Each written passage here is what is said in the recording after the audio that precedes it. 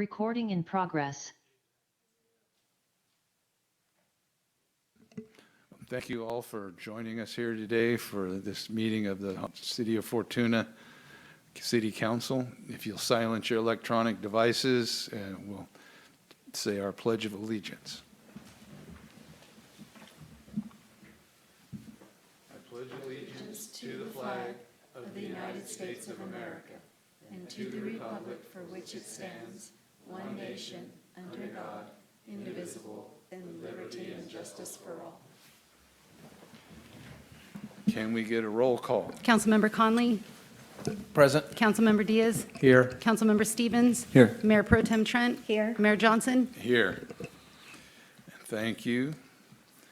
So our first item is oral comments from the public for any item not on the agenda tonight.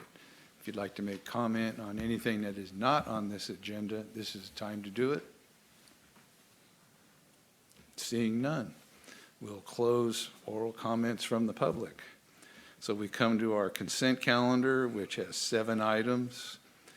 The meeting minutes from October 20th special meeting, a report of disbursements, authorization to file a subdivision final tract map and accept the dedications, authorize city manager to execute an amendment to the existing franchise agreement, authorize the city manager to execute a contract for professional services agreement with CSG Consulting, approve the First Amendment to a promissory note secured by deed of trust for the city of Fortuna and Deborah Chisholm at 320 Main Street, and approve senior administrative assistant city clerk candidate pay step placement. Would anybody like to pull anything? F. Okay, and I just have a comment regarding the E. So, anybody else? Well, would you? Just on that, it seems like this was a date that she knew was approaching, and then we're giving her till April. If she doesn't sell property by April, is there going to be any consequences on that?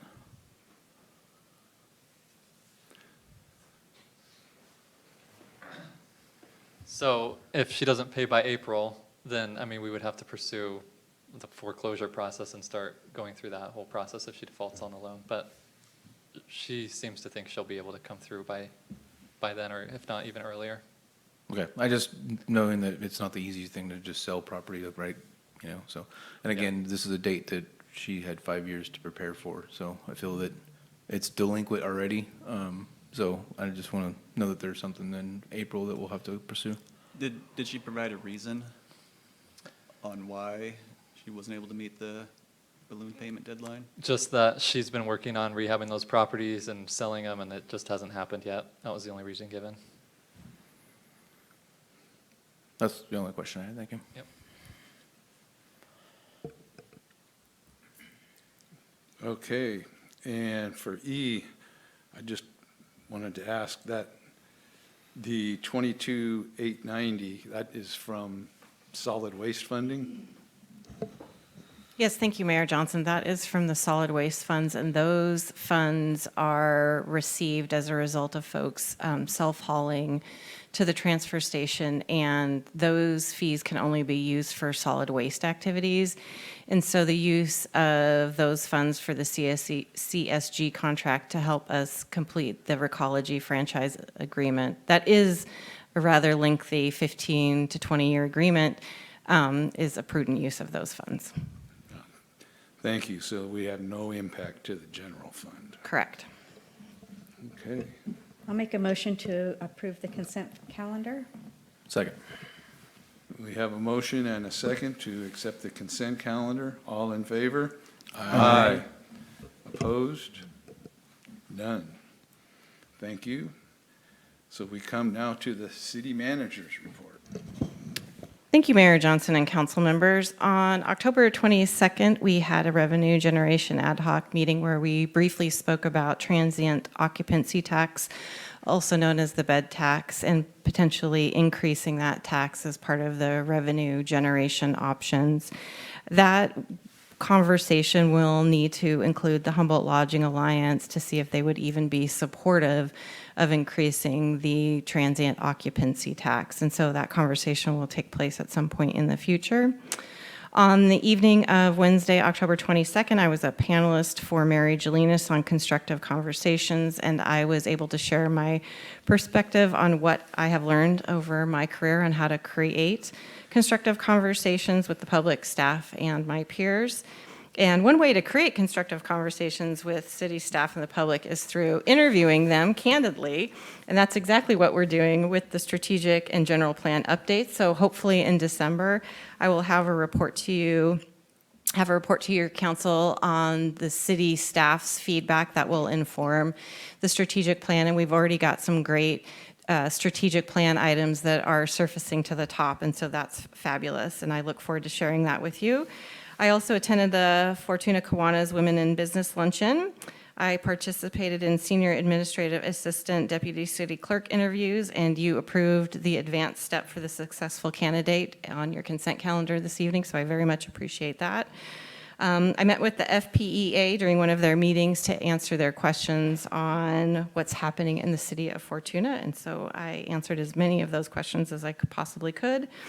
I also met with the State Coastal Conservancy and the Wiyot Tribe, and due to the federal government shutdown, the State Coastal Conservancy is waiting on a grant agreement from Fish and Wildlife that will provide the funds to purchase the River Rock property. So we're in a holding pattern, but that park purchase is still in progress. I also met with HWMA and our consultant Kathleen Gallagher to discuss where Fortuna Organics will go. Organics recycling is part of the SB 1383 requirements. And so organics will include things like apple cores and chicken bones, and we'll have to figure out where that is going to go. For the other local jurisdictions, they will take their organics recycling to HWMA, and so I will bring more to your city council on that topic in the future, whether we join HWMA so they can process our organics recycling, or whether we just pay the residential rate and not become a member of HWMA, but that's coming in the future to your council. And then on October 27th, I had the opportunity to participate in the County of Humboldt's efforts to develop tourism in our county.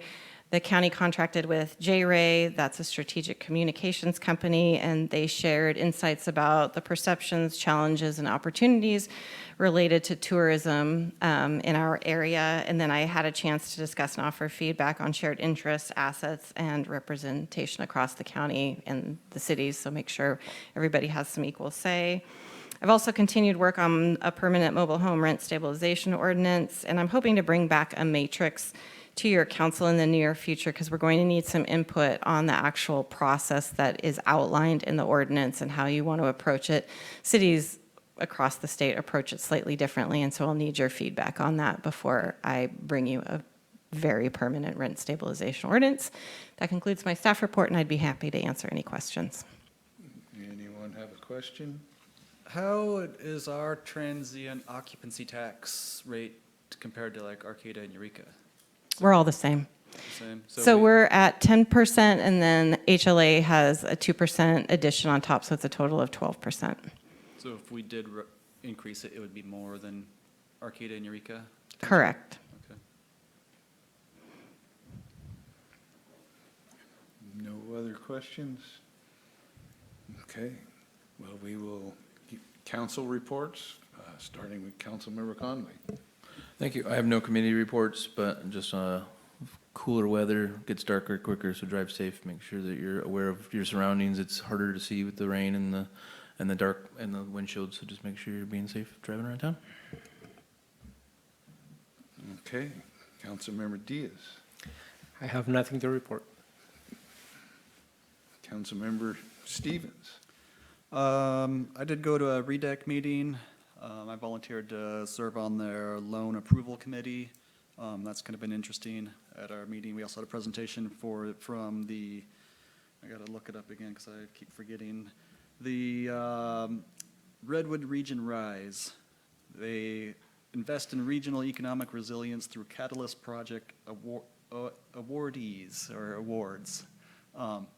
it was kind of interesting. I mean, they're investing in, sectors that they think, the region needs. And it's presumably the Redwood region. I did have one concern. It seemed like a lot of the awards that they had talked about were focused in Lake County. So one thing that, that I will be kind of keeping an eye on is hoping to see that Humboldt County also gets awards. But besides that, I don't have anything else to report. Okay. Mayor Pro Tem Trent. I went to a ribbon cutting at Asia's Best for they've got a brand-new deli in there and ice cream. It's a beautiful store. If you haven't been in there, it's down on the Safeway Mall. And they have a full deli there of Asian food that's very good. They had samples of it and everything, so I just thought I would let everybody know, go try it. It's nice. And that's all I have to report. Okay, well, I have a HCOG meeting coming up on November 20th. So that will be after our next council meeting. And the schedule's out for the Transportation, Communication, and Public Works Policy Committees that I serve on for Cal Cities. And the first one's coming up on June 22nd. And if you're still in public safety, I think yours is June 23rd. So, but that's all I have to report. So if there's nothing else I'll make a coming up- motion to adjourn. Future agenda items? Oh, future agenda items, that's right. Oh, you I skipped always it. forget that Ah. one. So no future agenda items. So we will entertain a motion to I adjourn. Still make a motion to adjourn. I second that. All in favor? Aye. And we are adjourned.